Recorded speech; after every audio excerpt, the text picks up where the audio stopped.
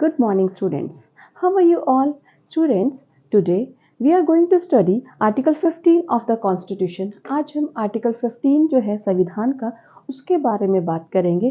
Fundamental rights की जो ये सीरीज़ है ये मैं अपनी प्रीवियस वीडियो में स्टार्ट कर चुकी हूँ। आर्टिकल 12, आर्टिकल 13, आर्टिकल 14 मैंने कवर कर लिए हैं।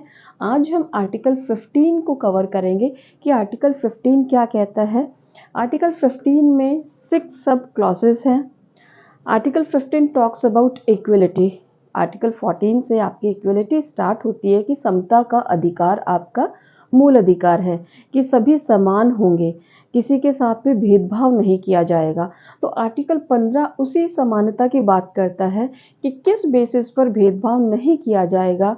क्या ये नागरिकों की बात करता है? हाँ, ये सिटीजन्स के फंडामेंटल राइट्स की बात करता है कि जितने भी इंडिया के सिटीजन्स हैं उनके लिए राज्य क्या करेगा, कि ये जो मूल अधिकार हैं ये किसके अगेंस्ट में प्राप्त हैं?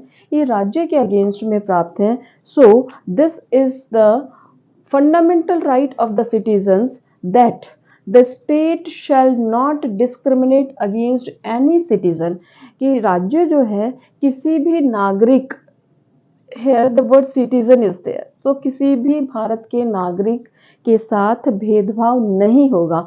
ऑन व्हाट ग्राउंड्स भेदभाव नहीं होगा? On the grounds of religion, race, caste, sex, place of birth. These are the words on the basis of which the citizen of India will not be discriminated on the basis of religion, race, caste, sex, place of birth, कि जो भारत के नागरिक होंगे उनके साथ इन grounds पर भेदभाव नहीं किया जाएगा राज्य द्वारा। ये फर्स्ट क्लॉज कहता है कि स्टेट भेदभाव नहीं करेगा। Now talk about second clause, no citizen shall be discriminated on the grounds. कौन से ग्राउंड्स पे जो एक नागरिक दूसरे नागरिक के साथ क्या नहीं करेगा? डिस्क्रिमिनेट नहीं करेगा, भेदभाव नहीं करेगा। On which ground? On the same grounds of sex, race, caste, place of birth, religion. These words are similar in clause second also. Subject to any disability, liability, restriction or condition, कि ये जो जितने भी कोई भी disability नहीं लगाई जाएगी उन नागरिकों पर, कोई लाइबिलिटी नहीं होगी, कोई रेस्ट्रिक्शन नहीं होगी, कोई कंडीशन नहीं होगी, इन ग्राउंड्स के बेसिस के ऊपर कोई भेदभाव नहीं होगा।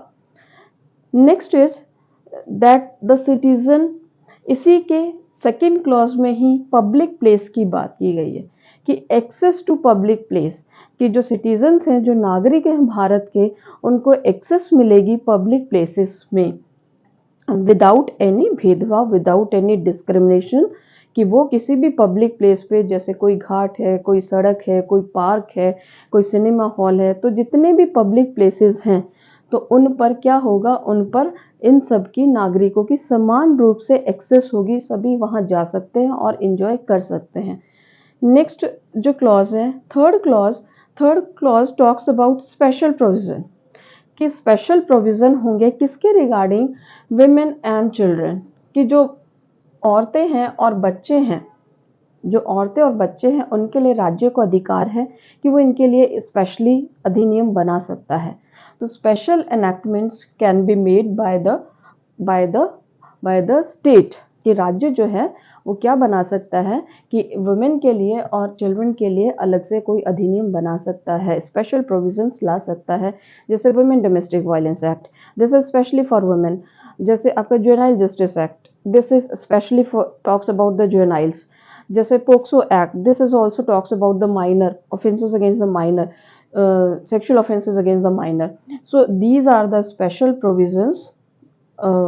तो राज्य को ये जो स्पेशल एक्ट बनाने की पावर है आर्टिकल 15 के फ्री में।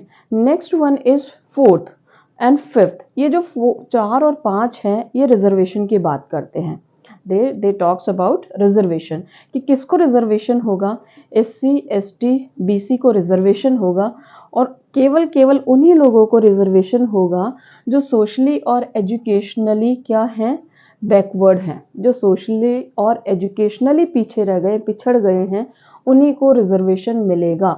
फिफ्थ क्लॉज, ये जो 93rd अमेंडमेंट से जोड़ा गया था 2005 में, कि रिजर्वेशन होगा इवन इन प्राइवेट इंस्टीट्यूशनल, ये specially talks about educational institutions, कि अगर किसी भी एजुकेशनल इंस्टीट्यूशन में या किसी भी जो प्राइवेट इंस्टीट्यूशन में या किसी एडेड और अनएडेड, चाहे वो गवर्नमेंट ने उसको एड किया हो या नहीं किया हो, कि उसको उसमें उसमें एडमिशन से कोई भेदभाव नहीं किया जाएगा उस संस्था में पढ़ने के लिए, उस संस्था में एडमिशन लेने के लिए।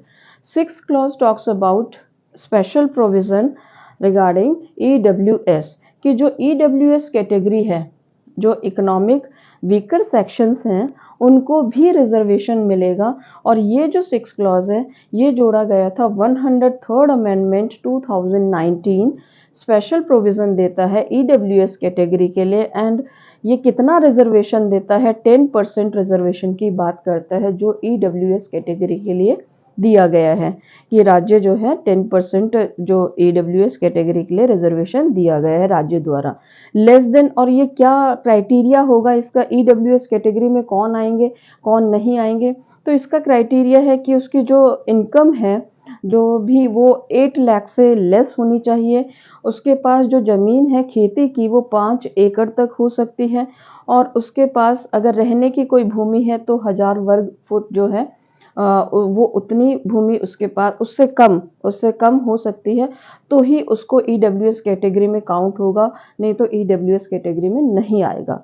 अब ये जो केस लॉस हैं, ये वेरी इंपॉर्टेंट है रिगार्डिंग दिस आर्टिकल, क्योंकि फर्स्ट जो अमेंडमेंट हुआ था वो कॉन्स्टिट्यूशन में 1951 में, वो भी फर्स्ट अमेंडमेंट इस ये जो क्लॉज है क्लॉज 4, इसकी एडिशन करके ही किया गया था फर्स्ट अमेंडमेंट कॉन्स्टिट्यूशन में 1951 में।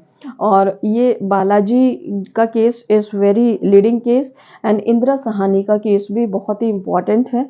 बालाजी के केस में डिसाइड हुआ था कि 68% रिजर्वेशन नहीं हो सकता है, कि 68% रिजर्वेशन नहीं हो सकता है, और न जो ये क्रीमी लेयर और नॉन क्रीमी लेयर का कोई इनको सेपरेट नहीं किया था। इन्होंने कहा था कि हाँ, पिछड़ा वर्ग या जो भी है वो पिछड़ा ही है, दो उसमें डिवाइड नहीं कर सकते क्रीमी और नॉन क्रीमी लेयर में। तो ये बालाजी के केस में डिसाइड हुआ था, बट बालाजी के केस को फिर इंदिरा साहनी के केस में क्या किया, पलट दिया गया, और क्रीमी लेयर और नॉन क्रीमी लेयर दो इन्होंने क्राइटेरिया बना दिए, अलग इन्होंने रिजर्वेशन दिया उनको। और साथ में ये भी कहा कि 50% से ज़्यादा रिजर्वेशन नहीं होना चाहिए, किसी भी राज्य में 50% से ज़्यादा रिजर्वेशन नहीं होना चाहिए। और इंदिरा साहनी के केस को हम मंडल केस भी कहते हैं। तो ये जो केस लॉज हैं, दीज आर वेरी इंपॉर्टेंट, और ये जो क्लॉजेस हैं 15 1 to 6, these are also very important, these amendments are also very important. I hope students ये आपको 6 क्लॉसेस समझ में आए होंगे। नेक्स्ट वीडियो में हम आर्टिकल 16 लेंगे, और जो भी स्टूडेंट्स मेरी क्लासेस को ज्वाइन करना चाहता है तो वो कर सकता है। मेरी क्लासेस मॉर्निंग में भी होती हैं और इवनिंग में भी होती हैं। I hope student you understood all the sub clauses of this article 15. Thank you students. Bye.